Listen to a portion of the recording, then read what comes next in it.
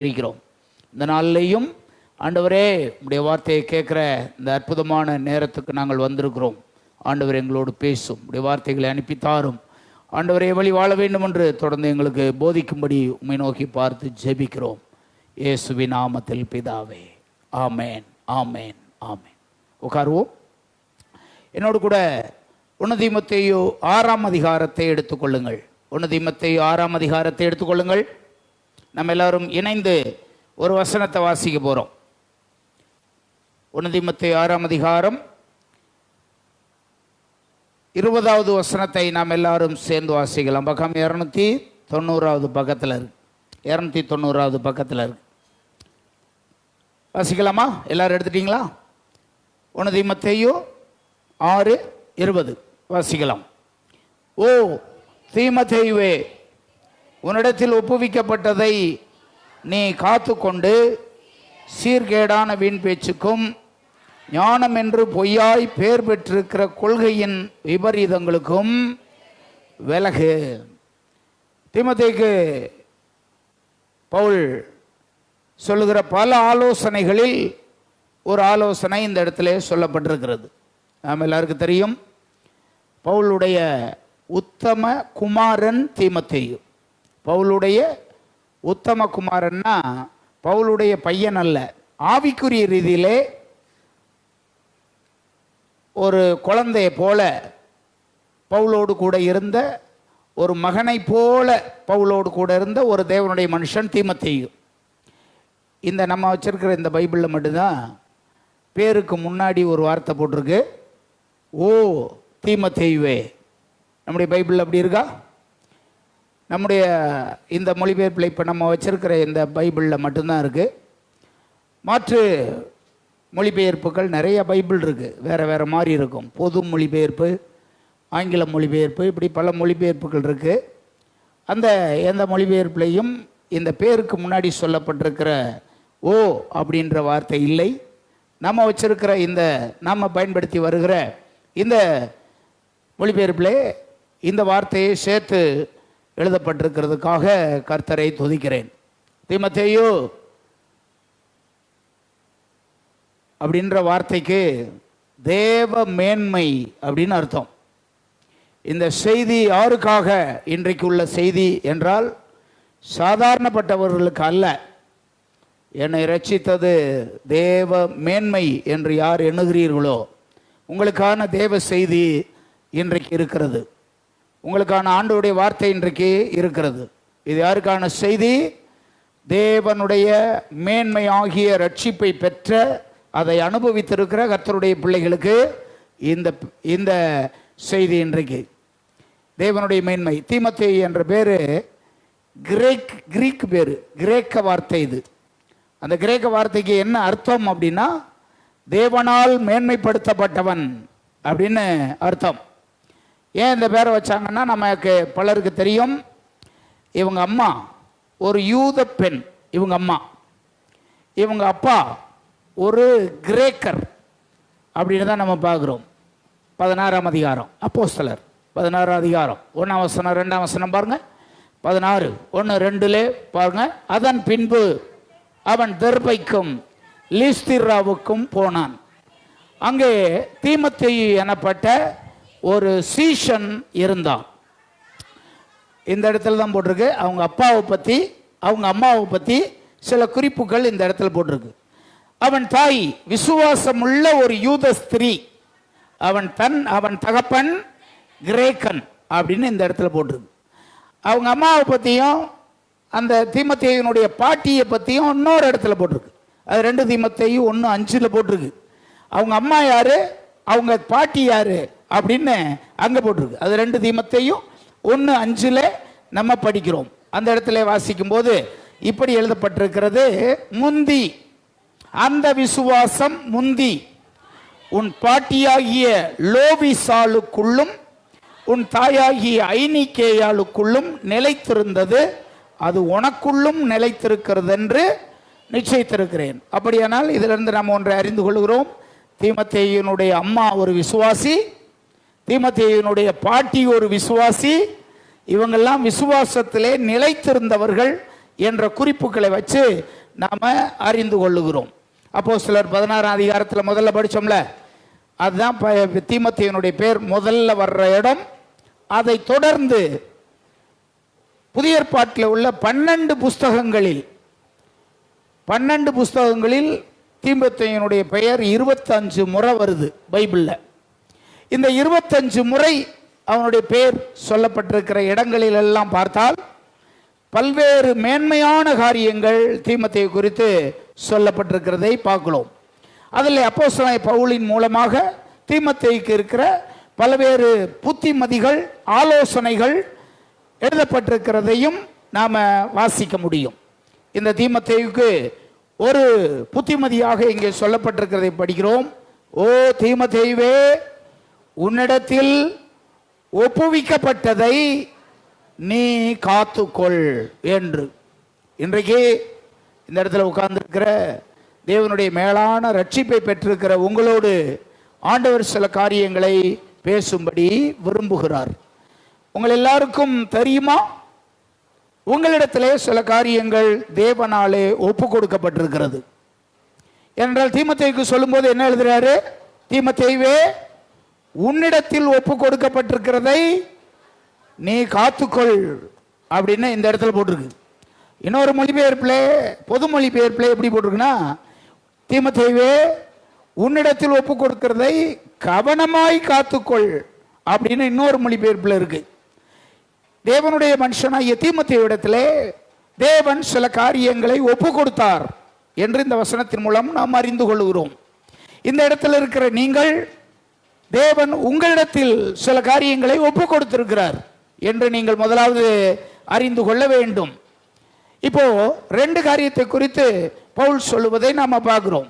ஒன்று, 2 தீமோத்தேயு 1ஆம் அதிகாரம் 12ஆம் வசனத்தை பாருங்க. 1 தீமோத்தேயு 2ஆம் அதிகாரம், 2 தீமோத்தேயு 1ஆம் அதிகாரம் 12ஆம் வசனத்தை பாருங்க.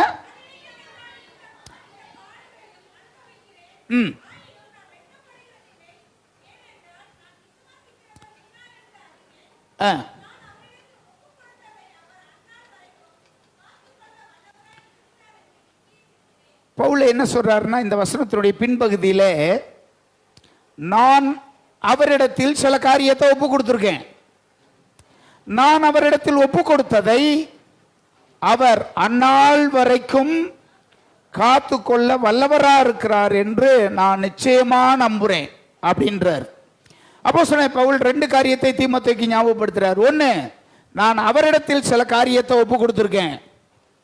நான் அவர்கிட்ட ஒப்பு கொடுத்த காரியத்தை கடைசி வரைக்கும் அவர் காத்து கொள்ளுவார் என்று நான் நம்புறேன். இப்போ இப்படி சொன்ன பவுல் தீமோத்தேயுவை பார்த்து சொல்றாரு, தீமோத்தேயு, உன்கிட்ட சில காரியத்தை அவர் ஒப்பு கொடுத்திருக்காரு, அதை நீ கடைசி வரைக்கும் என்ன செய்யணும்? காத்துக்கொள்ளணும். ஓ தீமோத்தேயுவே, உன்னிடத்தில் ஒப்பு கொடுக்கப்பட்டதை நீ கவனமாய் காத்துக்கொள்ளணும். நம்மிடத்தில் சில காரியங்களை ஆண்டவர் ஒப்பு கொடுத்திருக்கிறார். அவைகள் என்னென்ன என்பதை குறித்து உங்களோடு நான் சொல்லிவிட்டு எப்படி அதை காத்துக்கொள்ள வேண்டும் என்பதையும் உங்களோடு கூட சில காரியங்களை பகிர்ந்து கொள்ளும்படி விரும்புகிறேன். தேவன் என்னிடத்தில் கொடுத்திருப்பது என்ன, ஆண்டவர் என்னிடத்திலே கொடுத்திருப்பது என்ன, அதை எப்படி நான் காத்துக்கொள்ளுவது என்பதை குறித்து சுருக்கமாக உங்களோடு சில காரியங்களை பகிர்ந்து கொள்ளும்படி விரும்புகிறேன். ஒன்று, ஆண்டவர் என்னிடத்தில் ஒப்பு கொடுத்திருப்பது எபேசியர் 4ஆம் அதிகாரம் 3வது வசனத்தில் உள்ளது. எபேசியர் 4ஆம் அதிகாரம் 3வது வசனத்திலே உள்ளபடி, சமாதான கட்டினால் ஆவியின் ஒருமையை காத்து கொள்ளுவதற்கு ஜாக்கிரதையாருங்க அப்படின்னு ஒரு காரியம் இங்கே சொல்லியிருக்கு. எடுத்த எடுப்பிலேயே கொஞ்சம் புரியாத வார்த்தை. இதை குறித்து நான் விளக்கி சொல்றேன் உங்களுக்கு. நான் காத்துக்கொள்ள வேண்டியது என்ன இங்கே போட்டிருக்கு? காத்து கொள்ளுவதற்கு ஜாக்கிரதையாருங்க. எதை? ஆவியின் ஒருமையை காத்து கொள்ளுவதற்கு ஜாக்கிரதையாருங்க. 2வதாக வெளிப்படுத்தல் 16ஆம் அதிகாரம் 15ஆம் வசனத்தில் போட்டிருக்கு. 16ஆம் அதிகாரம் வெளிப்படுத்தல் 15ஆம் வசனத்தில், இதோ திருடனை போல வர்றேன், தன் மானம் காணப்படத்தக்கதாய் நிர்வாணமாய் நடவாதபடிக்கு விழித்து கொண்டு தன் வஸ்திரத்தை காத்து கொள்ளுங்கள் அப்படின்னு இந்த இடத்துல போட்டிருக்கு. 3வதாக வெளிப்படுத்தல் 14:12 போட்டிருக்கு. 14:12 அங்கே சொல்லப்பட்டிருக்கிறது, தேவனுடைய கற்பனையை காத்து, தேவனுடைய கற்பனையை காத்து கொள்ளுங்கள். அது மாத்திரமல்ல, இயேசுவின் மேலுள்ள விசுவாசத்தையும் காத்து கொள்ளுங்கள் அப்படின்னு போட்டு. இதில் இப்போ 4 காரியம் சொல்லியிருக்கேன். 1, வஸ்திரத்தை, ஆவியின் ஒருமையை காத்து கொள்ளுங்கள், வஸ்திரத்தை காத்து கொள்ளுங்கள். 3, கற்பனையை காத்து கொள்ளுங்கள். 4வது, அவர் மேலுள்ள விசுவாசத்தை காத்து கொள்ளுங்கள். நாகூம் 2ஆம் அதிகாரம் 1ஆம் வசனத்தில் நாகூம் புஸ்தகம் இருக்கு பாருங்க. 1080 பக்கமாப்பா, பக்கத்தை சொல்லுப்பா, யார் எடுத்தாலும் பக்கத்தை சொல்லு. 1081 பக்கத்தில் இருக்குன்னு நினைக்கிறேன். 1081 பக்கத்தில் இருக்கு. நாகூம் 2ஆம் அதிகாரம் 1ஆம் வசனத்தில், சிதறடிக்கிறவன் உன் முகத்துக்கு முன்பாக வருகிறான். இங்கே ஒரு காரியத்தை சொல்லியிருக்கு, அரணை காத்துக்கொள் அப்படின்னு போட்டிருக்கு. அரணை காத்துக்கொள். லூக்கா 21:19 6வதாக ஒரு காரியம் போட்டிருக்கு, உன்னுடைய ஆத்துமாவை காத்துக்கொள், உன்னுடைய ஆத்துமாவை காத்துக்கொள். 7வதாக 3 காரியத்தை 3 வசனத்தில் போட்டிருக்கு. அது நம்முடைய சரீரத்தோடு சம்பந்தப்பட்டது, நம்முடைய சரீரத்தோடு சம்பந்தப்பட்டது. இதுவரைக்கும் நான் சொன்னது நம்முடைய ஆத்மாவோடு சம்பந்தப்பட்டது. ஆண்டவருடைய ஆவியானவருடைய ஒருமையை காத்துக்கொள்ளுதல், வஸ்திரங்களை காத்துக்கொள்ளுதல், கற்பனையை காத்துக்கொள்ளுதல், விசுவாசத்தை காத்துக்கொள்ளுதல், அரணை காத்துக்கொள்ளுதல். அடுத்து கடைசியாக நம்முடைய சரீரத்தோடு சம்பந்தப்பட்ட 3 வசனங்கள் வித்தியாசமாய் சொல்லப்பட்டிருக்கிறது. 1, எரேமியா 31:16 உன் கண்ணை காத்துக்கொள், கண்களை காத்துக்கொள். பிரசங்கி 5:1 உன் நடையை காத்துக்கொள், அப்படின்னா உன் காலை காத்துக்க. அடுத்து நீதிமொழிகள் 4:23 உன் இருதயத்தை காத்துக்கொள். இதெல்லாம் மாம்சத்தோடு சம்பந்தப்பட்டது. இந்த 7 காரியத்தை உங்களோடு பகிர்ந்து கொள்ளும்படி விரும்புகிறேன். எரேமியா 31:16 உன் கண்ணை காத்துக்க. பிரசங்கி 5:1 உன் காலை காத்துக்க. நீதிமொழிகள் 4:23 உன்னுடைய இருதயத்தை எல்லா காவலோடும் உன் இருதயத்தை காத்துக்க. அப்போஸ்தலன் பவுல் சொல்றாரு, நான் சில காரியத்தை அவர்கிட்ட ஒப்படைச்சிருக்கேன், அவர் காத்துக்குருவார். நாம் சில காரியங்களை அவரிடத்தில் ஒப்படைச்சிருக்கோம். நாம் எந்த காரியத்தெல்லாம் ஆண்டவர்கிட்ட ஒப்படைச்சிருக்கோம்? நம்முடைய வீட்டை ஒப்படைச்சிருக்கோம், நம்முடைய குடும்பத்தை, பிள்ளைகளை, கணவரை, வீட்டுக்காரம்மாவை, நம்முடைய காரியங்கள் எல்லாத்தையும் நம்ம யார்கிட்ட ஒப்படைச்சிருக்கோம்? ஆண்டவர்கிட்ட ஒப்படைச்சிருக்கோம். அப்போஸ்தலன் பவுலுமே அப்படி தான் சொல்கிறாரு, நான் ஒப்பு கொடுத்ததை, நான் ஒப்படைத்ததை கடைசி வரைக்கும் அவர் காத்து கொள்ளுவார் என்று நான் விசுவாசிக்கிறேன், நான் நிச்சயித்திருக்கிறேன் அப்படின்னு பவுல் சொல்வார். நாமும் பல காரியங்களை ஆண்டவரிடத்துல ஒப்படைச்சிருக்கோம். நம்முடைய பிள்ளைகளின் வாழ்க்கையை ஆண்டவர் கரத்தில் நம்ம ஒப்படைச்சிருக்கோம்.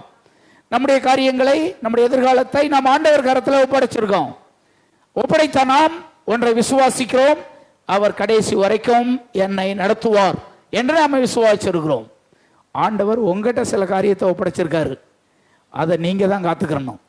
அப்படி காத்துக்கொள்ள வேண்டிய 7 காரியத்தை குறித்து தான் இன்றைக்கு நான் உங்களோடு சில காரியங்களை பகிர்ந்து கொள்ளும்படி விரும்புகிறேன். 1, எபேசியர் 4:3 பார்த்தோம் அல்லவா, ஆவியின் ஒருமையை காத்து கொள்ளுதல். அப்படின்னா என்ன அப்படின்னா, இன்னொரு மொழிபெயர்ப்பில் இப்படி போட்டிருக்கு, ஆவியானவரோடு உள்ள உன்னுடைய ஐக்கியத்தை காத்துக்கொள் அப்படின்னு அர்த்தம். ஆவியானவரோடு உள்ள உன்னுடைய தொடர்பை நீ காத்துக்கொள். நமக்கும் தேவனுக்கும் நல்ல தொடர்பு அவசியம்.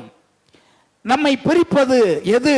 தேவனிடமிருந்து நம்ம எல்லாருக்கும் தெரியும், தேவனுக்கு பிரியமில்லாத ஏதாவது ஒரு காரியத்தை நம்ம செஞ்சோம்னா அந்த பாவமே தேவனுக்கும் நமக்கும் பிரிவினையை உண்டாக்குவது நாம பார்க்கிறோம். தேவனுக்கு விரோதமான காரியங்களை ஒரு தேவனுடைய பிள்ளை செய்யும் போது தேவனோடு உள்ள தொடர்பு அவனுக்கு இல்லாம போயிடும். தேவனும் மனிதனும் ஏதேன் தோட்டத்தில் ரொம்ப சந்தோஷமா மகிழ்ச்சியா இருந்தாங்க, ரொம்ப மகிழ்ச்சியா இருந்தாங்க. அவர்களை பிரித்தது எது? தேவனுடைய அன்பை விட்டு அவன் விலகினான் பாருங்க. தேவனுக்கும் மனிதனுக்கும் ஒரு பெரிய பிளவு உண்டானதை நாம் பார்க்கிறோம். இயேசுவை ஏற்றுக்கொண்டு அவரை பின்பற்றி வருகிற நமக்கு அனுபவபூர்வமாக பல காரியங்கள் நமக்கு தெரியும். தேவனுக்கும் நமக்கும் நல்ல தொடர்பு இருக்கும்போது நம்முடைய நிலை, தேவனுக்கும் நமக்கும் தொடர்பு அருந்து போகும்போது நம்முடைய சூழ்நிலை, நம்முடைய ஆத்துமா, நம்முடைய ஆவி எப்படிப்பட்டதா இருக்கு என்பதை அனுபவ ரீதியாக நாம தினந்தோறும் நிச்சயமா பார்க்க முடியும். தேவனை விட்டு நம்மை பிரிப்பது அப்படின்னா எது அப்படின்னா பாவம். தேவனை விட்டு நம்மை பிரிப்பது இந்த உலகம். இந்த உலகம், மாமிசம், பிசாசு, இந்த மூன்றும் இந்த உலகத்தை, இந்த உலகத்தில் இருந்து கிரியை செய்து நமக்கும் தேவனுக்கும் பெரிய பிரிவினையை அது உண்டாக்குறது. யாக்கோபு இதை குறித்து சொல்றார் பாருங்க. யாக்கோபின் நிருபம் 4ஆம் அதிகாரம் 4ஆம் வசனம் 4:4 நம்ம படிக்கிறோம். இப்படி சொல்லப்பட்டிருக்கிறது. அங்கே தேவன் உலக சிநேகம் தேவனுக்கு விரோதமான பகை என்று நீங்க அறியீர்களா? உலகத்தோடு கலக்கிறவர்களுக்கு தான் அந்த மேல உள்ள 2 காரியம் சொல்லப்பட்டிருக்கிறது. உலகத்தோடு கலப்பது, அப்படிப்பட்டவர்களை குறித்து வேதம் கடுமையான எச்சரிப்பை சொல்லுது, கடுமையான வார்த்தையை இங்கே சொல்லுது. உலக சிநேகம், ஏன் அவங்களோட நாம உலகத்தோடு சிநேகம் கொள்ளக்கூடாது அப்படின்னா தேவ அன்பை விட்டு நம்மை அது பிரித்து விடும். தேவ அன்பை விட்டு பிரியாமல் இருப்பதற்கு நம்மை காத்து கொள்ள வேண்டியது அவசியம். ரோமர் 8:7 பவுல் இப்படி சொல்றார் அல்லவா? ரோமர் 8:7 நம்ம படிக்கிறோம். மாம்ச சிந்தை தேவனுக்கு விரோதமான பகை அப்படிங்கிறார். மாம்சத்துக்குரிய காரியங்களை நாடுவது, தேடுவது, அதுல முக்கியத்துவம் கொடுப்பது, உலகத்தின் காரியங்களில் முக்கியத்துவம் கொடுப்பது, இவைகளெல்லாம் தேவனோடு உள்ள ஐக்கியத்தை நமக்கு கெடுத்துவிடும்.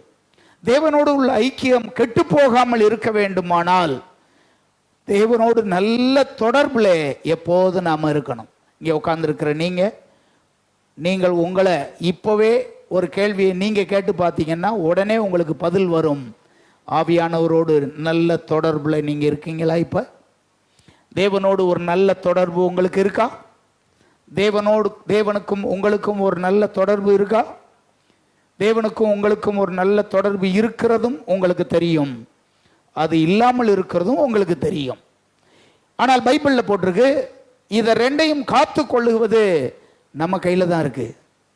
தேவனை துக்கப்படுத்துகிற எதையும் நான் செய்ய மாட்டேன் அப்படின்னு தீர்மானமா நம்ம வாழணும். தேவனை துக்கப்படுத்துகிற எந்த ஒரு காரியத்துக்கும் நான் இடம் கொடுக்க மாட்டேன். தேவனை துக்கப்படுத்துகிற எந்த ஒரு செயலுக்கும் நான் இடம் கொடுக்க மாட்டேன் என்று சொல்லி ஒரு உறுதியான தீர்மானத்தை நீங்க எடுக்கணும். அப்படி இருந்தால்தான் பைபிள்ல போட்டிருக்கிறபடி ஆவியானவரின் ஐக்கியத்தை நீங்க காத்துக்கொள்ள முடியும்.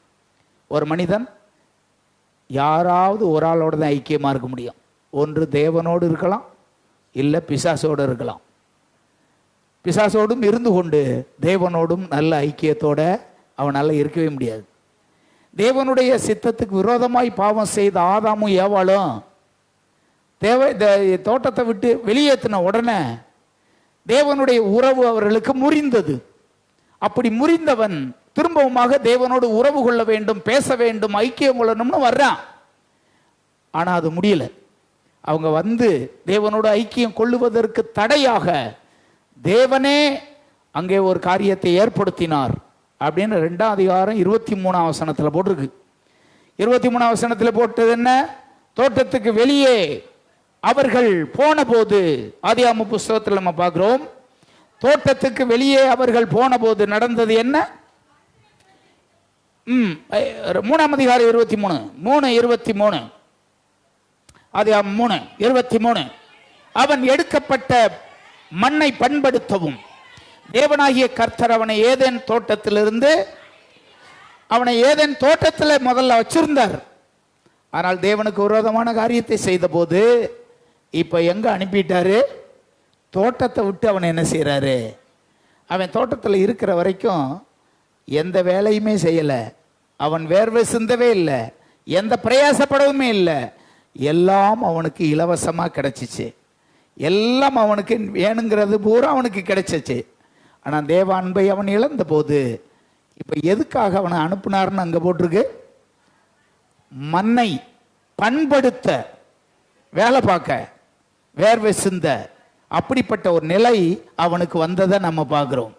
தேவனோடு நமக்கு ஒரு நல்ல ஐக்கியம் இருந்தால் நம்முடைய வாழ்வு வேர்வை இல்லாமல் போகும், கஷ்டம் இல்லாமல் போகும், சமாதானமாக போகும், கண்ணீர் இல்லாமல் போகும்.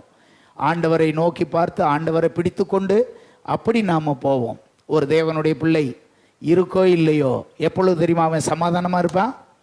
ஆண்டவர் என் கூட இருந்தால் அவன் சந்தோஷமாக இருப்பான். எதை இழந்தாலும் பரவாயில்ல, ஆண்டவரே நீர் என் கூட இருக்கிறீரே, ஆண்டவரே நீர் என் கூட இருக்கிறீரே ஆண்டவரே, அது எனக்கு போதுமானது ஆண்டவரே என்று அவன் மகிழ்ச்சியாக சந்தோஷமாக இருப்பான். ஆனால் தேவன் இல்லைன்னு வச்சுக்கோங்க, அவனுக்கு என்னதான் இருந்தாலும் அவன் சந்தோஷத்தை இழந்துருவான். சந்தோஷத்தை இழந்துருவான். உங்களிடத்தில் நான் பல முறை சொல்லியிருக்கேன்னு நினைக்கிறேன். ஒரு நாள் அந்த அந்த கதவு ஓரத்தில் அந்த இடத்துல டேபிள் போட்டு எழுதிக்கிட்டு இருந்தேன், படிச்சுக்கிட்டு இருந்தேன், பைபிளை படிச்சுக்கிட்டு இருந்தேன். ஒரு மத்தியான நேரத்தில் நம்ம விசுவாசி ஒருத்தங்க வந்தாங்க. வந்துட்டு சில வாசியங்களை சில காரியத்தை என்கிட்ட பேசிட்டு ஒரு கவரை எடுத்து அதில் காணிக்கையை வச்சு என்கிட்ட கொடுத்துட்டு ஜோம் பண்ணிக்கங்க பாஸ்டர் அப்படின்ட்டு போனாங்க. ஒரே நேரத்தில் 1,00,000 ரூபா காணிக்க கொடுத்தாங்க அந்த இடத்துல வச்சு. அவங்க போயிட்டாங்க. போனதுக்கு பின்னாடி ஆண்டவர் என்கிட்ட கேட்டார், எப்படி சந்தோஷமாக இருக்கியா, நல்லா இருக்கியா, சந்தோஷமாக இருக்கியா, சும்மா உட்காந்துருந்த, உன் கையில் இப்போ எவ்வளோ வந்துருச்சு, 1,00,000 ரூபா வந்துருச்சு, இப்போ சந்தோஷமாக இருக்கியா அப்படின்னு ஒரு கேள்வி கேட்டார். அப்போ நான் ஆண்டவர்கிட்ட சொன்னேன், ஆண்டவரே இது எனக்கு பெரிய சந்தோஷம் கிடையாது, நீர் என் கூட இருக்கிறது தான் எனக்கு சந்தோஷம், நீங்கள் கூட இருக்கிறது தான் எனக்கு பெரிய மகிழ்ச்சி, நீங்கள் போயிட்டீங்கன்னா எனக்கு மகிழ்ச்சியே கிடையாது, எனக்கு அதுதான் சந்தோஷம் ஆண்டவரே அப்படின்னு ஆண்டவர்கிட்ட சொன்னேன். ஒரு தேவனுடைய பிள்ளைக்கு எது தெரியுமா சந்தோஷம்? பணம் அல்ல, பெரிய சொத்து அல்ல. தாவீது சொல்கிறான்ல, 4ஆம் சங்கீதம் 7ஆம் வசனத்தில் சொல்லுவான்ல, அவர்களுக்கு தானியமும் திராட்சரசமும் உள்ள காலத்தின் சந்தோஷத்தை பார்க்கிலும். எத்தனை பேர் ஆமேன்னு சொல்லுவீங்க? உலகத்தாருக்கு எப்போ சந்தோஷம்? நல்லா விளைஞ்சிச்சுன்னா, தானியமும் திராட்சரசமும் உள்ள காலத்தின் சந்தோஷத்தை பார்க்கிலும் அதிகமான சந்தோஷம் எப்பொழுது? ஆண்டவரோட ஒரு நல்ல தொடர்பு இருப்பது. ஆபகுக் சொல்வார்ல, 3:17 சொல்வார்ல, அத்தி மரம் துளிர் விடாமல் போனாலும், திராட்சை செடி பலன் கொடாமல் போனாலும், மந்தையிலே ஆடுகள் இல்லாம போனாலும், தொழுவத்திலே மாடுகள் இல்லாம போனாலும், எனக்கு முதலே போனாலும், அப்படிதான் சொல்லுவார். அதில் 6 காரியம் சொல்லுவார். 6 காரியம் இருக்கு அதில். 6மே எனக்கு இல்லாமல் போனாலும் நான் கர்த்தருக்குள்ளே எப்படி இருப்பேன்? சந்தோஷமாக இருப்பேன். அப்படின்னா என்ன அர்த்தம்னா, ஆண்டவரோட நல்ல தொடர்பு உனக்கு இருக்கணும். அது இருந்தாலும் நீ சந்தோஷமாக இருப்ப, இல்லைனாலும் நீ சந்தோஷமாக இருப்ப. இருந்தாலும் எப்படி இருப்ப? சந்தோஷமாக இருப்ப. இல்லைனாலும் நீ சந்தோஷமாக இருப்ப. ஆனால் ஆண்டவரோடு உள்ள தொடர்பு போயிடுச்சுன்னா, இருந்தாலும் உனக்கு மகிழ்ச்சி இல்லை, இல்லைனாலும் உனக்கு மகிழ்ச்சி இல்லை. தேவன் அப்படிப்பட்ட கிருபை பாக்கியத்தை நம்ம கொடுத்துருக்கிறார். அநேகர் என்ன பார்த்து சொல்லுவாங்க, பாஸ்டர் உங்களுக்கு என்ன பாஸ்டர் கவலை, 1ஆம் தேதி வந்துருச்சுன்னா உங்களுக்கு சம்பளம் வந்துடும் அப்படின்லாம் பேசுவாங்க. காரணம் என்ன? நம்மளை பார்த்துட்டு அவங்க என்ன நினைக்கிறாங்க, பாஸ்டருக்கு பெரிய சம்பளம் வரும் போல அப்படின்னு நினைப்பாங்க. ஒருத்தர் என்னை பார்த்தே சொன்னார், இந்த ஊருக்காரரு, பெரிய பணக்காரரு, நல்ல வசதியாக இருக்கிறவர், பெரிய ஆள். ஒரு நாள் சொன்னார், பாஸ்டர் உங்களை பார்த்துக்கிட்டே இருக்கேன், நான் உங்களை பார்த்துக்கிட்டே இருக்கேன், எப்போவுமே சந்தோஷமாக இருக்கீங்க, ரொம்ப நல்லா இருக்கீங்க, ஆனால் எனக்கு பாருங்கள் வீட்டில் போய் படுத்தேன்னா எனக்கு தூக்கம் வர மாட்டேங்குது. அவர் சொல்கிறது, அவர் சாதாரணமான ஆள் கிடையாது, நான் சொன்னேன்னா யாருன்னு உங்களுக்கு தெரியும், இந்த ஊருக்கே தெரிஞ்சவர் அவர் தான் என்னை பார்த்து ஒரு நாள் சொன்னார், நான் பாருங்க படுத்தேன்னா எனக்கு தூக்கமே வர மாட்டேது, கவலையாக இருக்குது அப்படின்னாரு. அப்புறம் அவராக சொன்னார், நான் கண்டுபிடிச்சிட்டேன் பாஸ்டர் எப்படி சந்தோஷமாக இருக்காரு, நம்மளால் எப்படி இப்படி இருக்க முடியலை அப்படின்னு கண்டுபிடிச்சிட்டேன்னு அவரே சொன்னார். சொல்லிட்டு என்ன தெரியுமா சொன்னார், நீங்கள் இருக்கிறது போதும்னு நினைக்கிறீங்க, அதனால சந்தோஷமாக இருக்கீங்க.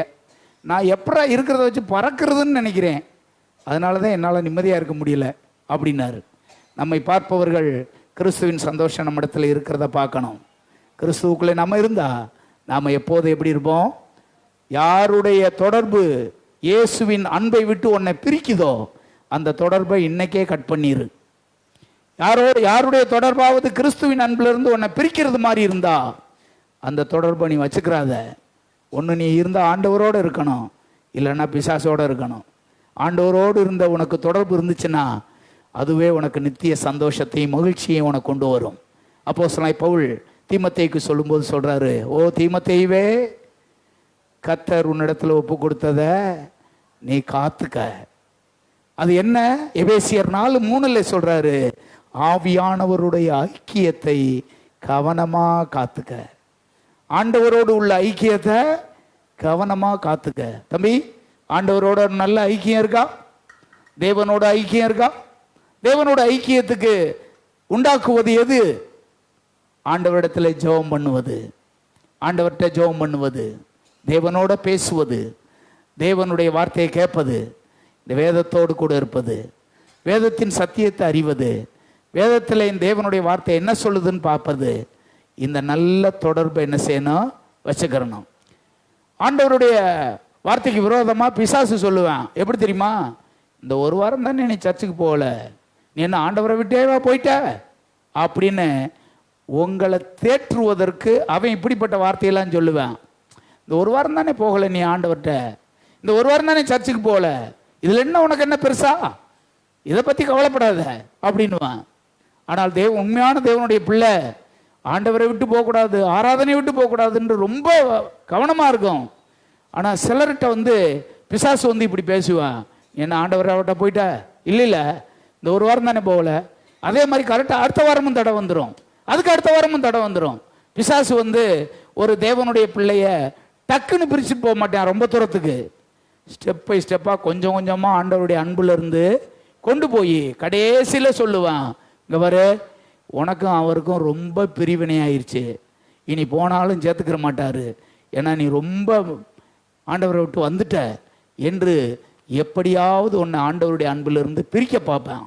ஒருபோது நாம் அதற்கு இடம் கொடுக்கவே கூடாது. இயேசுவின் அன்பில நம்மை காத்து கொள்ள வேண்டியது அவசியமானது. பாவம் மனிதனை தேவனிடமிருந்து பிரிக்கும். அப்படி பிரிக்கிற எந்த காரியத்துக்கும் என்னை நான் ஒப்பு கொடுக்க மாட்டேன். எத்தனை பேர் ஆமென் சொல்லுவீங்க? தேவனுடைய அன்பிலே நிலைத்திருந்து தேவனை சார்ந்து கொண்டு தேவனோடு நல்ல ஐக்கியம் எனக்கு தேவை. தேவனுடைய நல்ல ஐக்கியம் எனக்கு தேவை. சாலமோன் நாம் எல்லாருக்கும் தெரியும், 18 வயசுல ராஜாவானான். அவன் ராஜாவானது அவனுடைய அண்ணன் அதோனியா என்பவன் திடீர்னு தன்னை ராஜாவாக அறிவித்து கொண்டது நிமித்தமாக வயதான காலத்தில் படுத்த படுக்கையார் இந்த தாவீது உடனடியான ஏற்பாடு பண்ணி பத்சேபாளுடைய மகனாகிய சாலமோனை ராஜாவாக ஏற்படுத்துவான். தாவீது அவன் ஒன்றும் செய்யலைன்னு வச்சுக்கோங்க, உடனே இவர் ராஜாவாக ஆயிருக்க மாட்டார். அவன் ஆகித்துக்கு பிறந்த அதோனியா என்பவன் உடனே தன்னை ராஜாவாக ஏற்படுத்தி கொண்டதுனால ஆண்டவருடைய பெரிய திட்டத்தின்படி சாலமோன் ராஜாவானான். கொஞ்ச நாளில் பாருங்க, சின்ன பையனாக இருக்கும்போது வாலிபத்தில் ராஜாவாகும்போது 18 வயசு. இந்த 18 வயசில் தன் ராஜாவானோன்னு பெரிய தேசத்தை பார்க்குறேன். ஐயோ, 18 வயசில் நம்ம நாட்டுக்கு ஒருத்தன் ராஜாவாக்கினா எப்படி மனநிலை எப்படி இருக்கும் பாருங்க. அப்படிப்பட்ட மனநிலையில் இருந்தவன் ஆண்டவரை சார்ந்து கொண்ட அந்த வாலிப பையன் கிபியோனுக்கு போய் 1000 சர்வாங்க தகன பலிகளை செலுத்தி ஆண்டவர் நோக்கி பார்த்து ஜெபம் பண்ணுறான். ஆண்டவரே அப்படின்னு ஜெபம் பண்ணும்போது தேவன் அவனுக்கு தரிசனமாகி பேசுவார். 1000 சர்வாங்க தகன பலியை செலுத்தி முடித்த உடனே தேவன் அவனுக்கு தரிசனமாகி, சாலமோனே நீ விரும்புகிறத என்கிட்ட கேளு அப்படின்னு ஆண்டவர் சொல்லுவார். அப்பொழுது இவன் என்ன சொல்லுவேன்? ஆண்டவரே இந்த ஜனங்களை ஆளணும், எனக்கு சின்ன வயசு, நான் எங்கள் அப்பா படுத்த படுக்கை ஆகிட்டாரு, எனக்கு ஞானத்தை தாரும் ஆண்டவரேன்னு ஜெபம் பண்ணுவேன். கர்த்தர் அவனை பார்த்து சொல்லுவார், உனக்கு ஞானத்தை தர்றேன், நீ கேட்காத ஐஸ்வர்யத்தையும் உனக்கு தர்றேன், என்று சொல்லி 40 வருஷம் தேசத்தை அரசாளுவான். இப்பொழுது அவனுக்கு 58 வயசாகிறது. இந்த கடைசி காலத்தில் அவன் மரிக்கிற தருவாய்க்கு முன்னாடி பைபிளில் அவனை குறித்து சொல்லுவது என்ன? 11ஆம் அதிகாரம், 1 ராஜாக்கள் புஸ்தகம் 11ஆம் அதிகாரம் 3ஆம் வசனம் பாருங்க. 1 ராஜாக்கள் புஸ்தகம்.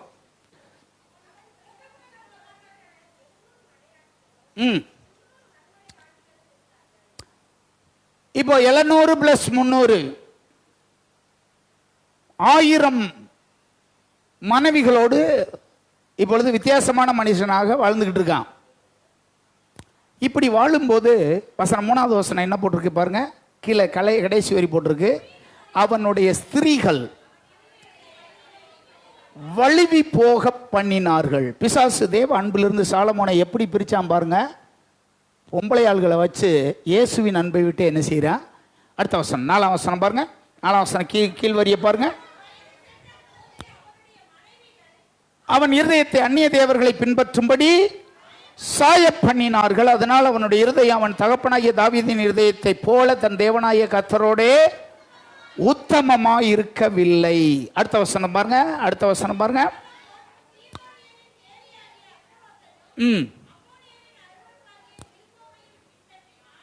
இப்போ முத வசனத்தினுடைய கடைசி வரியை போடுங்க. முத வசனம் பாருங்க. முத வசனம் 11:1 பாருங்க. முத வசனத்தினுடைய கடைசி வரியில் எப்படி இருக்கு? அந்நிய ஜாதியான அநேகம் ஸ்திரீகள் மேல் ஆசை வச்சான். 2ஆம் வசனத்தினுடைய கடைசி வரி எப்படி தெரியுமா இருக்கும்? முதல்ல ஆசை வச்சான்னு போட்டிருக்கோம், அடுத்து ஐக்கியம் வச்சான்னு போட்டிருக்கோம். ஆசை வச்சான், ஐக்கியம் வச்சான். அதுக்கு அடுத்து பாருங்க, அடுத்து வச்சோம்னா இயேசுவை தேவனை விட்டே அவன் என்ன செஞ்சிட்டான்? பிரிஞ்சது மட்டுமல்லாம விக்கிரக கோயிலை கட்ட ஆரம்பிச்சிட்டான். இப்படித்தான் ஒரு தேவனுடைய பிள்ளைய கிறிஸ்துவின் அன்பை விட்டு கொஞ்சம் கொஞ்சமா பிசாசு என்ன செய்யறான்? கொண்டு போறான். ஆசை வச்சான், ஐக்கியம் வச்சான், அப்புறம் விக்கிரகத்தோட ஒன்று கலந்தான். அவனுடைய ஜீவியம், அவனை கர்த்தர் ஒரு நல்ல காரியத்துக்காக தொடர்ந்து இருக்கணும்னு பிளான் வச்சார். ஆனால் அவனும் இப்படிப்பட்ட காரியத்தை செஞ்சதுனால தேவன் எதிர்பார்த்ததுக்கு முன்னாடியே இந்த உலகத்தை விட்டு போயிட்டான். அவன் மரித்த போது அவனுக்கு 58 வயசு. சாலமோன் மரித்த போது 18 வயசுல ராஜாவானான். 40 ஆண்டுகள் அரசாண்டான். அப்படின்னா எத்தனை வயசுல செத்தான்? 58 வயசுல. அப்படி அல்ல, அவன் நீடித்த காலமாக இன்னும் இருக்கணும் அப்படின்பது தேவனுடைய திட்டம். ஒரு தேவனுடைய பிள்ளையை பிசாசு எப்படி கொஞ்சம் கொஞ்சமாக கொண்டு போறான் பாருங்க. யார் மூலமாக கொண்டு போறான் பாருங்க. இப்படித்தான் தேவ அன்பிலிருந்து எப்படியாவது நம்மை சாத்தான் பிரிக்க பார்ப்பான். இதுக்கு நாம் ஒருபோதும் இடம் கொடுத்துடவே கூடாது. யாக்கோபு சொன்னது போல உலக சிநேகம் தேவனுக்கு விரோதமான பகை என்று அறிந்து ஆவியானவரோடு நல்ல ஐக்கியம் தொடர்ந்து நமக்கு தேவை. 2வது 16-15 வெளிப்படுத்தல பார்க்கிறோம், வஸ்திரங்களை காத்துக்கொள் அப்படின்னு எழுதப்பட்டிருக்கிறது. இங்கே வஸ்திரம் என்று சொல்லுவது எது அப்படின்னா, ஆண்டவரால் கிருபையாய் நமக்கு கொடுக்கப்பட்ட ரட்சிப்பு. இந்த ரட்சிப்பு தான் வஸ்திரம். ஏசாயா 61:10 படிக்கிறோம். ஏசாயா இப்படி சொல்லுவாரு, தனக்கு கிடைத்த ரட்சிப்பை குறித்து என்ன சொல்லுவாரு? கர்த்தருக்குள் பூரிப்பாய் மகிழ்கிறேன், என் தேவனுக்குள் என் ஆத்துமா கலிகூர்ந்திருக்கிறது. மணவாளன் ஆபகரணினால் தன்னை அலங்கரித்துக் கொள்ளுகிறதற்கும் மணவாட்டின் நகைகளினால் தன்னை சிங்காரித்துக் கொள்ளுவதற்கு ஒப்பாக அவர் ரட்சிப்பின் வஸ்திரத்தை எனக்கு உடுத்தி நீதியின் சால்வையை எனக்கு தரித்திருக்கிறார். ரட்சிப்பு என்கிற வஸ்திரம். இந்த ரட்சிப்பு இல்லாதவன் வஸ்திரம் இல்லாதவன், ரட்சிப்பை பெற்றவன் வஸ்திரத்தை உடையவன். நம்ம எல்லாருக்கும் தெரியுமில்ல, லேகியோன் பிசாசு பிடிச்சவன். மார்க் 5ஆம் அதிகாரத்தில் பார்க்கிறோம். லேகியோன் பிசாசு பிடிச்சவன். அந்த பிசாசு அவன்கிட்ட இருக்கிற வரைக்கும் தான் நிர்வாணியா இருக்கிறோம்ன்றது அவனுக்கு என்ன செய்யல, தெரியல. ஆனா அந்த பிசாசு ஓடுன உடனே பைபிள்ல போட்டிருக்கு, அவன் புத்தி தெளிந்து வஸ்திரம் தரித்து உட்கார்ந்து இருக்கிறதை கண்டு ஜனங்கள் பயந்தாங்க அப்படின்னு போட்டிருக்கு. இந்த 3 அவன்கிட்ட இல்லை இது வரைக்கும். எது இல்லை? வஸ்திரம் இல்லை, உட்கார்ந்து இருந்தது கிடையாது எங்கேயும். அவன் புத்தி தெளிவு இல்லாமல் இருந்தான். இப்படித்தான் இருந்தான். ஆனால் ஆண்டவர் அவனை விடுதலை ஆக்கின உடனே இந்த மூன்றும் அவனுக்கு கிடைத்தது. புத்தி தெளிந்தது, வஸ்திரம் தரித்தான். ரட்சிக்கப்படாதவன் வஸ்திரம் இல்லாதவன். ரட்சிக்கப்பட்டதுக்கு பின்னாடி தான் அவனுக்கே தெரியாது. ரட்சிக்கப்படாதவனுக்கு தான் வஸ்திரம் இல்லாதவனா இருக்குன்றது அவனுக்கு என்ன செய்யாது, தெரியாது. நமக்கு கிடைத்திருக்கிற அந்த மேலான ரட்சிப்பு இருக்கு பாருங்க, இது அவர் எனக்கு கொடுத்திருக்கிறதான ரட்சிப்பு. இந்த ரட்சிப்பை உடுத்தினவங்க மற்ற மக்களிடமிருந்து வேறு பிரிக்கப்பட்டவங்க, வித்தியாசமானவங்க. இந்த ரட்சிப்பாகிய வஸ்திரத்தை பெற்றுக்கொண்டவங்க இந்த உலகத்திலே வேறு பிரிக்கப்பட்டவங்க. ஆண்டவர் மோசேயை கூப்பிட்டு, உன் சகோதரனாகிய ஆரோனுக்கு அலங்காரமும் மேன்மையுள்ளதுமாய் இருக்கும்படி பரிசுத்த வஸ்திரங்களை உண்டாக்குவாயாக அப்படின்னு சொல்லுவார். அது ஆத்திராம் புஸ்தகம் 28ஆம் அதிகாரம் 1 வசனம் 2ஆம் வசனத்தில் போட்டிருக்கும். 28:1-2 வசனத்திலே பார்க்கிறோம். உன் சகோதரனாகிய ஆரோன் எனக்கு ஆசாரிய ஊழியம் செய்யும்படிக்கு நீ ஆரோனையும் அவனுடைய குமாரனாகிய நாதாப், அபியூ, எலியேசர், இத்தாமார் என்னும் ஆரோனின் குமாரரையும் இஸ்ரவேல் புத்திரருந்து பிரித்து உன்னிடத்தில் சேர்த்து கொள்ளுவாயாக. உன் சகோதரனாகிய ஆரோனுக்கு மகிமையும் அலங்காரமுமாய் இருக்கும்படிக்கு பரிசுத்த வஸ்திரங்களை அவனுக்கு உண்டாக்குவாயாக அப்படின்னு சொல்லி வேறு பிரிக்கப்பட்டவனா இருக்க வேண்டும் என்பதற்காக இந்த வஸ்திரம் ஆசாரியனுக்கு கொடுக்கப்பட்டது. ஆண்டவர் உங்களை என்னையும் ஆசாரிய கூட்டமா வச்சிருக்கிறார். ராஜரீகமான ஆசாரிய கூட்டமா ஆண்டவர் நம்மை வச்சிருக்கிறார். 132ஆம் சங்கீதம் வசனம் 16ஆம் வசனத்தில் போட்டிருக்கு. 132 வசனம் 16 போட்டிருக்கு, என்னுடைய ஆசாரியர்களாகிய உங்களுக்கு ரட்சிப்பை வஸ்திரமாக உடுத்தி இருக்கிறேன் அப்படின்னு தான் அந்த இடத்துல போட்டிருக்கு. ரட்சிப்பை வஸ்திரமாக நான் உங்களுக்கு உடுத்தி இருக்கிறேன் அப்படின்னா, இந்த ரட்சிப்பை பெற்றுக்கொண்டவங்களுக்கு தெரியும் இது எவ்வளவு மேலானது, இது எவ்வளவு உன்னதமானது என்று. இது இலவசமாய் கிருபையினாலே அவரிடமிருந்து எனக்கு வந்திருக்கு. இந்த வஸ்திரம் இலவசமாய் கிருபையினாலே அவரிடமிருந்து எனக்கு கிடைத்திருக்கிற ரட்சிப்பு என்கிற வஸ்திரம். இந்த வஸ்திரத்தை பெற்றவங்க உலகத்திலே வேறுபட்டவங்க. அப்படிப்பட்டவங்களுக்கு இந்த உலகம் கொடுக்கிற பேர் என்ன தெரியுமா? ஏ ஏசு அப்படின்னு உங்களை கூப்பிடுவாங்க. ஏ ஏசு அப்படின்னு கூப்பிடுவாங்க. அப்படி கூப்பிட்டால் நீங்க பாக்கியவான்கள். உங்களுக்கு தான் அந்த ரட்சிப்பு வஸ்திரம் இருக்குன்னு அர்த்தம். இதை உங்களையும் உலகத்தையும் வேறு பிரித்து காண்பிக்கிறது எது? இந்த ரட்சிப்பு. ஒரு நாள் பஸ்ஸில் போய்கிட்டு இருந்தேன். பஸ்ஸில் திருமங்கலத்துலேருந்து பஸ் ஏறினேன் மாட்டுத்தாவணி போகிறதுக்கு. அது ஏறி உட்கார்ந்தோடனே அந்த டிரைவருக்கு அப்படியே இந்த பக்கம் உள்ள அந்த கண்டக்டர் உட்காந்துருக்க சீட்டு ஃப்ரீயாக இருந்துச்சு. அதில் உட்காந்தேன். இவர் மக்கள் ஏறுறதுக்கு முன்னாடி அந்த கண்டக்டரு டிரைவர் என்கிட்ட ஒரு வார்த்தை கேட்டார். சார், இந்த தமிழ்நாட்டில் ஏதோ ஒரு முக்கியமான ஒன்று நடந்திருக்கு அன்னைக்கு.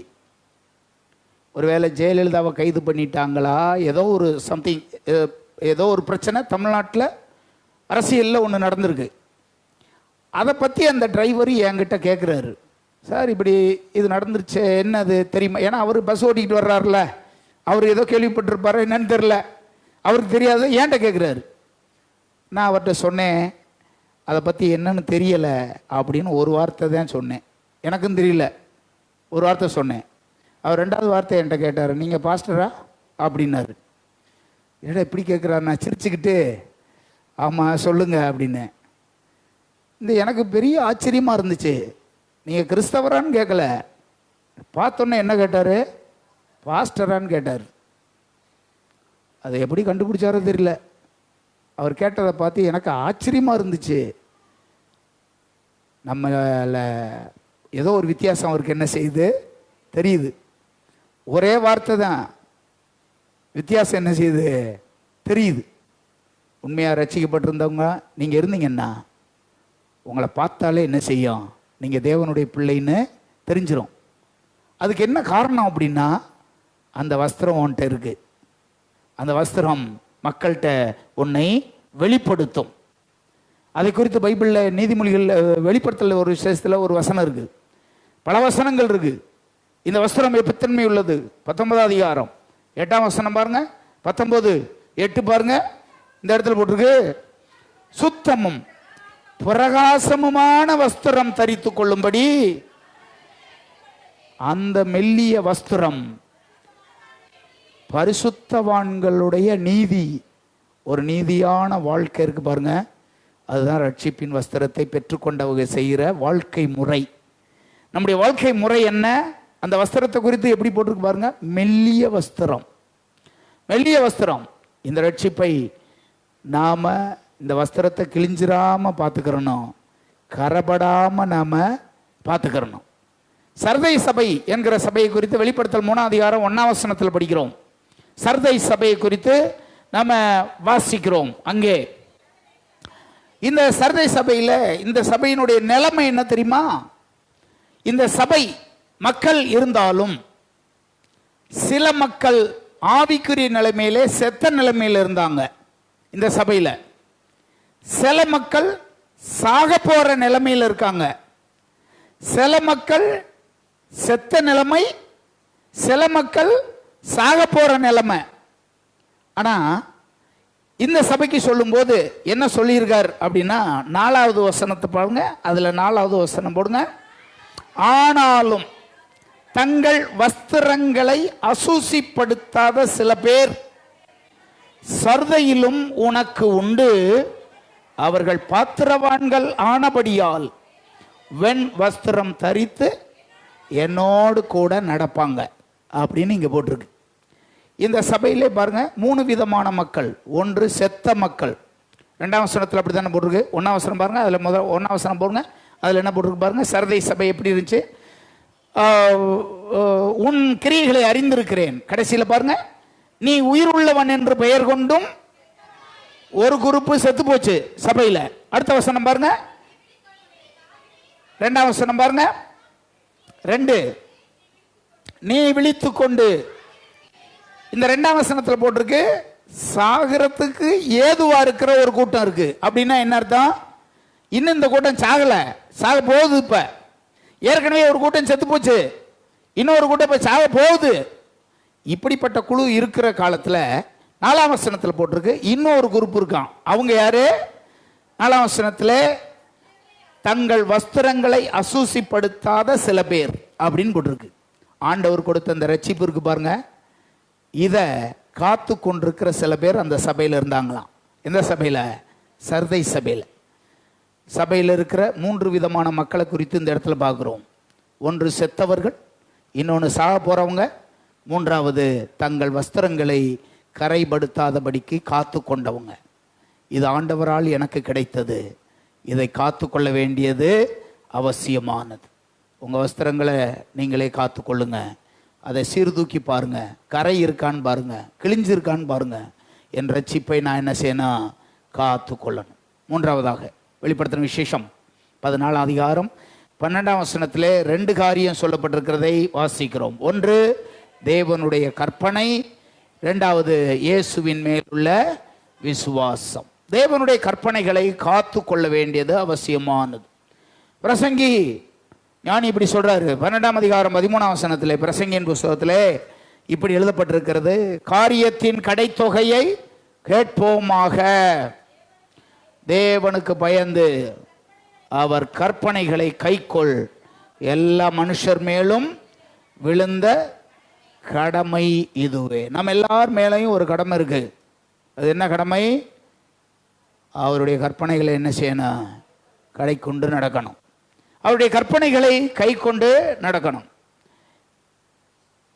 நாம அவருடைய கற்பனைகளை கை கொண்டு நடக்கிறோமா என்னன்னு பார்க்கணும். 2 காரியம் சொன்னேன் பார்த்தீங்களா? பைபிளில் 2 மாறி மாறி வரும். ஒன்று கற்பனை, இன்னொன்று கட்டளை. கற்பனைகளையும் கட்டளைகளையும் அப்படின்னு இருக்கும். உபாகமம் 28ஆம் அதிகாரத்தில் கூட 1ஆம் வசனத்தில் நம்ம பார்த்தோம்னா, அவருடைய கற்பனைகளை ஏற்றுக்கொண்டு அவருடைய கட்டளைகளின்படி செய்கிற மனுஷன். இதில் பாருங்க, நின்று நான் உனக்கு விதிக்கிற உன் தேவனாகிய கட்டளைகளின்படி எல்லாம் செய்ய. கட்டளை, இதில் கட்டளை போட்டிருக்கு. அதே அதிகாரத்தில் நீங்கள் 13ஆம் வசனம் 14ஆம் வசனம் அதில் எல்லாம் படித்து பார்த்தோம்னா, அதில் கற்பனைகள் கட்டளைகள் இது எல்லாத்தையும் மாறி மாறி வரிசையாக ஆண்டவர் போட்டிருப்பார். இதுக்கு என்ன காரணம்? கற்பனை என்றால் என்ன அப்படின்னா, கற்பனை என்பது டூ, கட்டளை என்பது ஆர்டர் அல்லது டூ நாட். கற்பனை என்பது செய்யக்கூடியது, கட்டளை என்பது செய்யக்கூடாதது. பைபிளில் அப்படி ரெண்டையுமே ஆண்டவர் பிரித்து போட்டிருக்காரு. கற்பனை செய்யக்கூடியது, கட்டளை செய்யக்கூடாதது. ஆண்டவர் நமக்கு இவைகளை ரெண்டையுமே ஆண்டவர் நமக்கு கட்டளையிட்டு இருக்கிறார். ஏனென்றால் பைபிளில் சொல்லப்பட்டிருக்கிறது, ஆண்டவர் வருகிறார். அவர் வரும்போது என்ன நடக்கும் அப்படின்னா, அவருடைய கற்பனைகளின்படி செய்கிறவன் எவனோ அவன் தான் அவருடைய பார்வையிலே பாக்கியவானா இருப்பான். ஒரு வசனம் இருக்கு, 22:14 பாருங்க. வெளிப்படுத்தின விசேஷம் 22ஆம் அதிகாரம் 14ஆம் வசனத்தில் பாருங்க. 22:14 பாருங்க. பிரவேசிப்பதற்கும் அவருடைய கற்பனைகளின்படி செய்கிறவர்கள் பாக்கியவான்கள். அவருடைய கற்பனைகளின்படி அப்படின்னா எதை செய்யும்படி சொன்னாரோ அதை செய்கிறவங்க. நீங்கள் ஆண்டவரை உண்மையாக நீங்கள் நேசிக்கிறீங்கன்னா எது தெரியுமா? அவர் மேலே உண்மையாக நேசிக்கிற அன்பு எது தெரியுமா? 2 யோவான் 1:6 போட்டிருக்கு. 2 யோவான் 1:6 நம்ம படிக்கிறோம். இவ்விதமாய் ஒரு வார்த்தை சொல்லப்பட்டிருக்கிறது, வாசிங்க. நமக்குள் நிலைத்திருக்கிறதும் என்றென்றைக்கும் நம்மோடு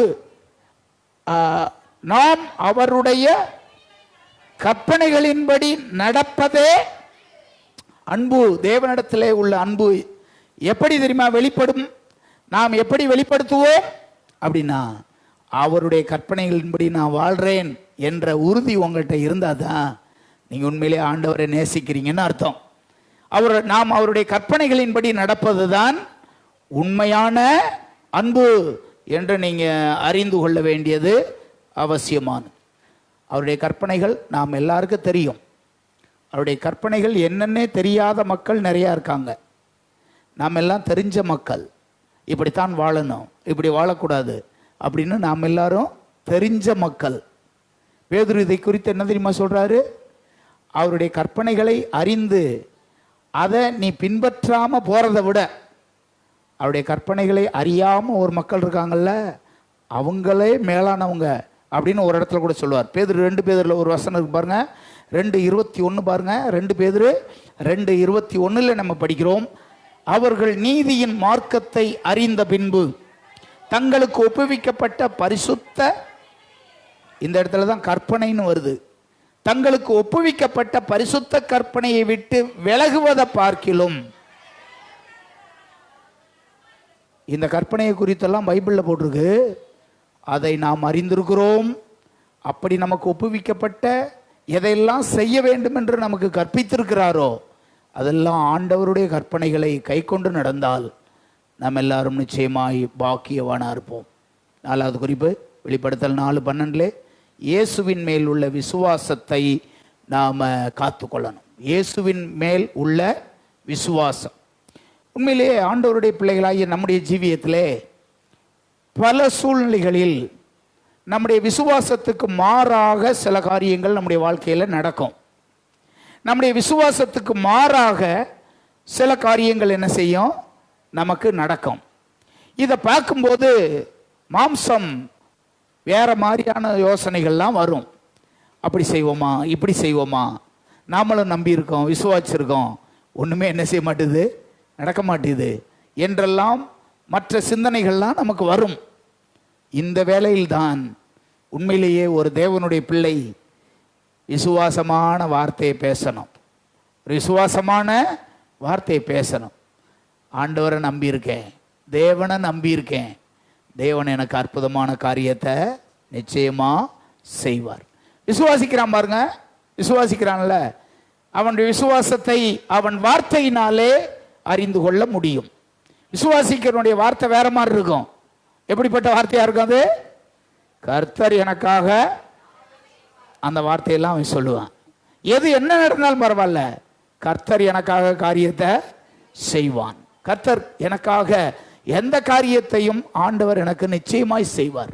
138:8 நம்ம படிக்கிறோம், கர்த்தர் எனக்காக யாவையும் செய்வார். 116 சங்கீதம் 10 இப்படி சொல்லப்பட்டிருக்கிறது, விசுவாசித்தேன் ஆகையால் நான் பேசுறேன். விசுவாசித்தேன் பேசுறேன்.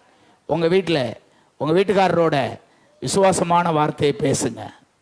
உங்க வீட்டுக்காரரோட விசுவாசமான வார்த்தையை பேசுங்க. சில வேளைகளில் அவர் சோர்ந்து போயிருந்தாருன்னா அவரை பார்த்து விசுவாசமான வார்த்தையை பேசுங்க. இங்க பாருங்க, நம்முடைய நம்புகிற ஆண்டவர், இதுவரைக்கும் நமக்கு ஒரு தீமையும் செய்யாதவர், இந்த காரியத்திலே நமக்கு உதவி செய்வார் அப்படின்னு பேசுங்க. அருமையான சகோதரி ஐயா, அம்மாவோட சகோதரியோட விசுவாசத்தை பேசுங்க. கர்த்தர் எனக்காக இந்த காரியத்தை செய்வார். குழப்பமா இருக்கலாம், பிரச்சனைகள் இருக்கலாம், இது எப்படி இப்படி வித்தியாசமா இருக்கே அப்படின்னு நினைக்கலாம். நீங்க ஆண்டவருடைய வார்த்தைக்கு கீழ்ப்படிந்து இருந்தால் நிச்சயமா ஆண்டவர் உங்களுக்கான அற்புதத்தை செய்வதை நீங்கள் பார்ப்பீர்கள். உங்கள் மேல் உள்ள உங்களுக்கு இடத்துல ஒப்பு கொடுக்கப்பட்டிருக்கிற இந்த விசுவாசத்தை நீங்கள் காத்துக்கொள்ள வேண்டியது அவசியமானது. அது எப்படிப்பட்ட விசுவாசம்? அப்படியே வித்தியாசமா இருக்கும். நம்ம எல்லாரும் தெரியும், ஆபிரகாமும் அவன் குமாரரும் அவன் வேலைக்காரங்களும் எல்லாரும் பலி செலுத்த போறாங்க. ஆபிரகாம், வேலைக்காரங்க, கழுத, ஈசாக்கு எல்லாரும் பலி செலுத்த போறாங்க. 2 நாள் பிரயாணம் பண்ணிட்டு ஒரு இடத்துக்கு வந்து 2 நாள் பிரயாணம் பண்ணிட்டு ஒரு இடத்துல வந்தோடனே வேலைக்காரங்களை நிறுத்தி அந்த ஆபிரகாம் இப்படி சொல்லுவான், 22:5 இப்படி சொல்லுவான், இங்க வாங்க, நீங்க இந்த இடத்துல காத்திருங்கள், நானும் பிள்ளையாண்டானும் போய் கர்த்தருக்கு பலியை செலுத்தி விட்டு நாங்க 2 பேரும் என்ன செய்வோம். இது எப்படிங்க? இது எப்படிப்பட்ட வார்த்தைன்னு பாருங்க. ஆண்டவர் சொல்லிட்டாரு, உன் மகனை பலியிடுண்டு, மகனை கூட்டிட்டு போறான். இப்ப வேலைக்காரங்கள்ட்ட என்ன சொல்றான்? இருங்க, இங்கே இருங்க, நாங்க போயிட்டு பலி செலுத்திட்டு 2 பேர் வருவோம்னு சொல்றானே. இந்த மனுஷனுடைய விசுவாசம் எப்படிப்பட்டதா இருக்கு? தேவைகள் பல ஆயிரம் இருக்கலாம். உங்க மனைவிட்ட சொல்லணும், ஆண்டவர் என் தேவை எப்படியாவது சந்திப்பார் அப்படின்னு சொல்லலாம். தேவைகள் பல இருக்கலாம். உங்க கணவர்கிட்ட சொல்லணும், கவலைப்படாதீங்க, கர்த்தர் நம் தேவையை எப்படியாவது சந்திப்பார். ஒரு இக்கட்டான நிலைமையில் இருக்கமே, என்ன செய்யறது? தேவன் நமக்கு புதிய வாசலை திறப்பார். கரங்களை உயர்த்தி ஆமென் சொல்லுங்க. உனக்காக கர்த்தர் புதிய வாசலை நிச்சயமா திறப்பார். உனக்காக ஆண்டவர் தமக்காக, தம்முடைய பிள்ளைகளுக்காக புதிய வழிகளை நிச்சயமாய் திறப்பார். வானத்திலையும் கதவு திறக்க வல்லவர். எலியாவுக்கு எங்கிருந்து வந்தது? காகம் வானத்திலிருந்து வந்துச்சு. கடல்லையும் வழியை திறக்க வல்லவர் நாம் ஆராதிக்கிற ஆண்டவர். இஸ்ரவேல் ஜனங்களுக்காக கடலை 2ஆக பிரித்தார். வனாந்தரத்திலையும் உன்னை போஷிக்க வல்லவர். அப்படிப்பட்ட தேவனை நாம் ஆராதிக்கிறோம். இந்த விசுவாசத்தை ஒருபோதும் நீங்கள் விட்டுவிடக்கூடாது. நாகூம் புஸ்தகம் 2:1 போட்டிருக்கு, அரணை காத்துக்கொள். அரண் என்றால் என்ன அப்படின்னா, ஒரு தேவனுடைய பிள்ளை, இங்க இருக்கிற ஒருத்தரும் ஒரு தேவனுடைய பிள்ளை தனக்கு தானே ஒரு அரணை ஏற்படுத்தி கொள்ள வேண்டியது அவசியம். அரணை ஏற்படுத்துவது என்றால் என்ன? தனக்கு தானே ஒரு காம்பவுண்டை போட்டுக்கிறணும். இதுக்கு மிஞ்சி நான் என்ன செய்ய மாட்டேன், போக மாட்டேன். உலகத்தார் அப்படி அல்ல. காம்பவுண்டே கிடையாது, கட்டி போடுறதே கிடையாது. அவங்கள தெருநாய் மாறி அப்படி போறது. தெருவில் சுத்திக்கிட்டு இருக்க நாய் ஒரு நாள் வீட்டு நாயை பார்த்து பேசிச்சான், நான்லாம் எப்படி சுத்திக்கிட்டு தெரியும் பத்தியா, உன்ன வீட்டிலேயே கட்டி போட்டிருக்காங்க, என்னைய தெருவில் விட்டாங்க, நான் பாட்டுக்கு என்ன செய்கிறேன், நினைச்ச இடத்துக்கு போவேன் வருவேன். ஆனால் நீ எப்படி போக முடியாது. இந்த கட்டி போட்ட நாய் அதை பார்த்துட்டு என்ன நினைக்கும், நம்மளை இப்படி என்ன செய்ய மாட்டுறாங்க, விட மாட்டுறாங்களே. இது நோக்கத்துக்கு எங்கே வேணாலும் என்ன செய்யுது, சபைக்குள்ளே இருப்பதும் கிறிஸ்தவங்களாக வாழ்வதும் கட்டி போட்ட நாய் மாதிரி தான். நம்ம விரும்புகிறத என்ன செய்ய முடியாதுமா, செய்ய முடியாது. 2 எபேசியர் 2:2 போட்டிருக்கு, முற்காலத்திலே நாமும் நம்முடைய மாம்சமும் நம்முடைய மனசும் விரும்பினவைகளை செய்து. 3வது வசனம் பாருங்க, முற்காலத்திலே நாமும் அவர்களுக்குள்ளே நாம் எல்லாரும் நமது மாம்ச இச்சையின்படியே நடந்து நம்முடைய மாம்சமும் மனசும் விரும்பினதை செஞ்சு அப்படின்னு போட்டிருக்கு. இப்போ இது 2ஐயுமே நம்ம செய்ய முடியாது. மனசு விரும்பினதையும் செய்யக்கூடாது, மாம்ச விரும்புறதையும் செய்ய முடியாது. ஏன்னா நான் கட்டி போடப்பட்டவன். அப்போஸ்தலனாகிய பவுல் அவரோடு கூட ஊழியத்தை செய்வது என்பது பெரிய கஷ்டம். ஏன்னா தன்னை சுற்றிலும் ஒரு கோடு போட்டு ஒரு சுவரை கட்டி, நான் இப்படித்தான் வாழ போகிறேன், நான் இப்படித்தான் இருக்க போகிறேன், நான் என்னுடைய வாழ்க்கை இப்படித்தான், என்னுடைய பேச்சு இப்படித்தான், என்னுடைய வாழ்க்கை முறை இப்படித்தான், தனக்கென்று ஒரு அரணை கட்டி கொண்டு அதற்குள்ளாக வாழ்ந்த தேவ மனிதன் பவுல். அதற்குள்ளாக வாழ்வது அது ஒரு மாதிரி கடினமாக இருக்கலாம், ஆனால் அதுதான் உனக்கு நித்திய ஜீவனை கொண்டு வரும். அதுதான் உனக்கு நித்திய ஜீவனை கொண்டு வரும். நாம் எல்லாரும் அறிஞ்சுக்கிறணும். சபை என்பது ஒரு மாதிரி இருக்கே, பாஸ்டருடைய போதனைகள்லாம் ஒரு மாதிரி இருக்கே, ஒரு மாதிரி கட்டி போட்டது மாதிரி இருக்கே அப்படின்னு உணர்றீங்களா? ஆனால் அதுதான் நமக்கு நித்திய ஜீவனை கொண்டு வரும். அதுதான் நமக்கு நல்லது. அதுதான் நமக்கு தேவனுடைய சித்தத்தை நிறைவேற்றுவதற்கு அதுதான் நமக்கு நலமானது. ஞாயிற்றுக்கிழமை ஆராதனை போனோம், இப்படி சின்ன பையனாக இருக்கும்போதே உட்காந்துருக்கணும், எதுவும் பேச முடியாது, முழங்கால் போடணும் அப்படின்லாம் இருக்கும்போது, நான் சின்ன பையனாக இருக்கும்போது இதெல்லாம் ரொம்ப சந்தோஷமாக விரும்பியிருப்பேன்னு நினச்சிங்களா?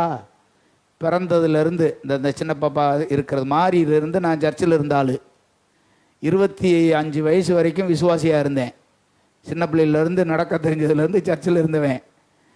அதுக்கு பின்னாடி உள்ள அந்த கட்டளைகள்லாம் பார்க்கும்போது எனக்கு சர்ச்சையும் பிடிக்காது, எங்கள் அம்மாவையும் பிடிக்காது, பாஸ்டரையும் பிடிக்காது, யாருமே பிடிக்காது. அப்படி தான் வாழ்ந்தேன். ஆனால் கொஞ்ச நாள் கழித்து தான் தெரிஞ்சு இப்படிப்பட்ட ஒரு கட்டுப்பாட்டுக்குள்ளே இருந்தது தான் நமக்கு நல்லது. இந்த கட்டுப்பாடெல்லாம் இல்லாமல் இருந்துச்சுன்னு வச்சுக்கோங்க, நாம் கர்த்தருடைய பிள்ளையா நிச்சயமாக நம்ம என்ன செய்ய மாட்டோம், வாழ மாட்டோம், இருக்க மாட்டோம். எனவே நாம் ஒன்றை அறிஞ்சுக்கிறணும். இங்கே நாகும் சொல்கிறாரு, உன் அரணை காத்துக்கொள். உனக்கு காம்பவுண்டு சவர் இருக்கா? உனக்கு இருக்கா? உனக்கு நீயே போட்டுக்கிறணும் ஒரு காம்பவுண்டு சவர். இப்படி தான் நான் வாழ போகிறேன், இப்படி தான் நான் உடுத்த போகிறேன், இப்படி தான் நான் சாப்பிட போகிறேன், இப்படி தான் நான் பேச போகிறேன். ஒவ்வொரு தேவனுடைய பிள்ளையும் தன்னை சுற்றிலும் ஒரு காம்பவுண்டை போட்டுக்கிறணும். இப்படி தான் நான் ஜீவிக்க போகிறேன், இதை தாண்டி நான் என்ன செய்ய மாட்டேன், போக மாட்டேன். ஏனென்றால் இதெல்லாம் தாண்டி போனேன்னா என்ன நடக்கும் அப்படின்னு அங்கே எழுதுறாரு. அந்த 3ஆம் வசனத்தினுடைய பின்பகுதியில் போட்டிருக்கு, சுபாவத்தினாலே இப்படி வாழ்கிறவர்களுக்கு என்ன கிடைக்குமா, கோபாக்கினை கிடைக்கும் அப்படின்னு போட்டிருக்கு. இந்த கோபாக்கினை வராமல் இருக்கணும்னா ஒவ்வொரு தேவனுடைய பிள்ளையும் ஒரு அரணை ஏற்படுத்தணும், அதை காவல் பண்ணணும், அதை தாண்டவே கூடாது. இதை என்ன செய்யக்கூடாது, தாண்டி போகக்கூடாது. இதை கட்டுப்பாடாக ஒரு தேவனுடைய பிள்ளை வைத்திருந்தால் அது தேவனுக்கு பிரியமானது. 6வதாக 21:19 பார்க்கிறோம். லூக்கா சுவிசேஷம் 21:19, உன் ஆத்துமாவை காத்துக்கொள், உன் ஆத்துமாவை காத்துக்கொள். ஏனென்றால் பிசாசு நம்முடைய ஆத்துமாவுக்கு விரோதமான பல காரியங்களை செய்து தேவ அன்பினால் நாம் நிரம்பாதபடிக்கு பல பிரச்சனைகளை செய்வான். பாருங்க, ஆத்துமாவுக்கு விரோதமாய் போர் செய்கிறதை குறித்து 2 பேதுரு 2:11 பவுல் எழுதுவார், பேதுரு எழுதுவார். 2 பேதுரு 2:11 வாசிங்க. 2 பேதுரு 2:11 பார்க்கிறோம். பிரியமானவர்களே, அந்நியர்களும் பரதேசிகளுமாய் இருக்கிற நீங்கள் ஆத்துமாவுக்கு விரோதமாய் போர் செய்கிற மாம்ச இச்சைகளை விட்டு விலகி உங்களை காத்து கொள்ளுங்க.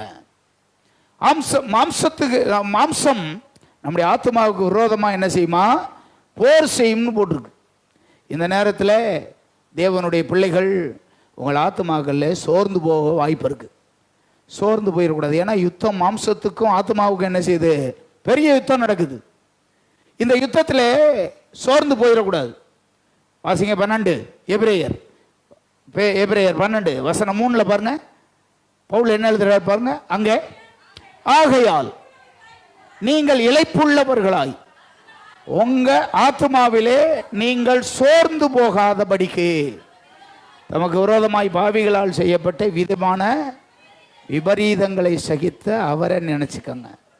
உங்களுக்கு விரோதமான காரியங்களை செய்யும்போது உங்கள் ஆத்துமாவிலே நீங்கள் சோர்ந்து போயிடக்கூடாது. பிசாசு முதல்ல ஆத்துமாவை சோர்ந்து போக செய்து அந்த ஆத்துமாவை தன்னிடமாய் திருப்புவான்.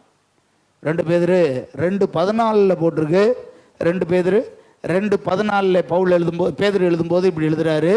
2 பேதுரு 2:14, விபச்சார மயக்கத்தால் நிறைந்தவர்களும் பாவத்தை விட்டு ஓயாதவர்களுமாய் இருக்கிற கண்களை உடையவர்கள். இந்த இடத்துல ஒரு ஆத்துமாவை பற்றி போட்டிருக்கு. உறுதி இல்லாத ஆத்துமாவை பிசாசு தந்திரமா பிடிப்பான்னு போட்டிருக்கு. உறுதி இல்லாத ஆத்துமாவை பிசாசு ஆகவே நம்முடைய ஆத்மாவில் ஒரு நாள் நாம் சோர்ந்து போயிடக்கூடாது. இப்பொழுது தாவீது சொன்னது போல சொல்லணும். 103ஆம் சங்கீதத்தில் சொல்லுவான்ல, என் ஆத்மாவே கர்த்தரை சோதரி, என் ஆத்மாவே என் முழு உள்ளமே. 2ஆம் வசனத்தில் போட்டிருக்கு. 103:2 பார்க்கிறோம். அங்கே என்ன போட்டிருக்கு? என் ஆத்மாவே கர்த்தரை சோத்ரி. 22ஆம் வசனம், 103ஆம் சங்கீதம் 22ஆம் வசனத்தில் ஆத்மாவோடு பேசுகிற ஒரு பக்தனை குறித்து இந்த இடத்துல பார்க்கிறோம். கர்த்தர் அருளுகிற எவ்விடங்களும் உள்ள அவருடைய சகல கிரியைகளே அவரை சோத்தரியுங்கள். என் ஆத்மாவே. 4ஆம் அதிகாரம் 1ஆம் வசனம். இதே படித்தோம்னா 104:1, 103, 1, 2, 22 போன்ற வசனங்களை பார்த்தீங்கன்னா இந்த மனுஷன் எதோட பேசுகிறாரு? ஆத்மாவோட பேசுகிறார். என் ஆத்மாவே கர்த்தரை சோத்தரி, அவர் செய்த சகல உபகாரங்களையும் மறவாது. உங்கள் ஆத்மாவை நீங்களே பேசி சரிப்படுத்தி தேவனுக்கு பிரியமாய் நீங்கள் காத்து கொள்ளுங்கள். கடைசியாக 7வது குறிப்பு, உன் கண்களை காத்துக்கொள். எரேமியா 31:16, பிரசங்கி 5:1, உன் நடக்கையை காத்துக்கொள். நீதிமொழிகள் 4:23, உன் இருதயத்தை காத்துக்கொள். இதெல்லாம் மாம்ச சரீரத்தோடு சம்பந்தப்பட்டது. நம்முடைய கண்களை காத்து கொள்ளணும். யோபு இப்படி சொல்லுவார், என் கண்களோடு உடன்படிக்கை பண்ணின நான் அப்படின்னு சொல்லுவார். கண்ணோட உடன்படிக்கை பண்ண நான், இதைத்தான் பார்ப்பேன், இதெல்லாம் பார்க்க மாட்டேன் என்று ஒரு உடன்படிக்கை நம்ம பண்ணணும். பிரசங்கி 5:1 போட்டிருக்கல்லவா, உன் நடைய காத்துக்க, உன் கால்களை காத்துக்கொள். அவ்வப்போது அதெல்லாம் சீர்தூக்கி பார்க்கணும், கரை இருக்கான்னு பார்க்கணும், பிழை இருக்கான்னு பார்க்கணும், நம்மை நாமே கழுவி கொள்ளணும். ஆசரிப்பு கூடாரத்தில் தொட்டியை வச்சு அதில் தண்ணி வைக்க சொன்னார். எதுக்காக அதை வைக்கணும்? கால்களையும் கைகளையும் கழுவணும் அப்பப்போ. யாத்ராமம் புஸ்தகம் 40ஆம் அதிகாரம் 30, 31 இந்த 2 வசனத்தில் போட்டிருக்கு.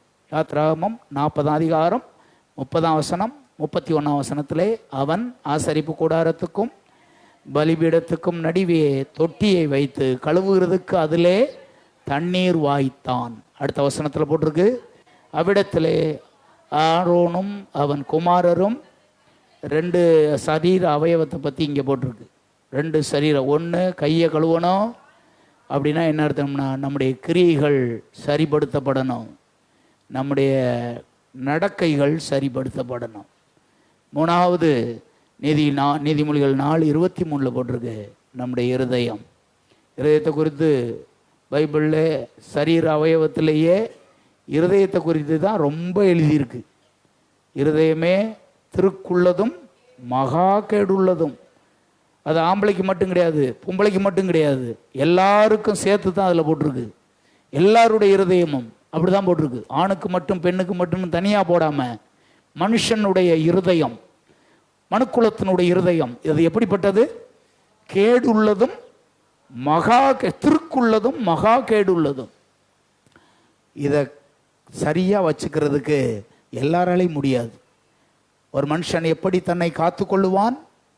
அவருடைய வசனத்தின்படி தன்னை காத்து கொள்ளுகிறதினால்.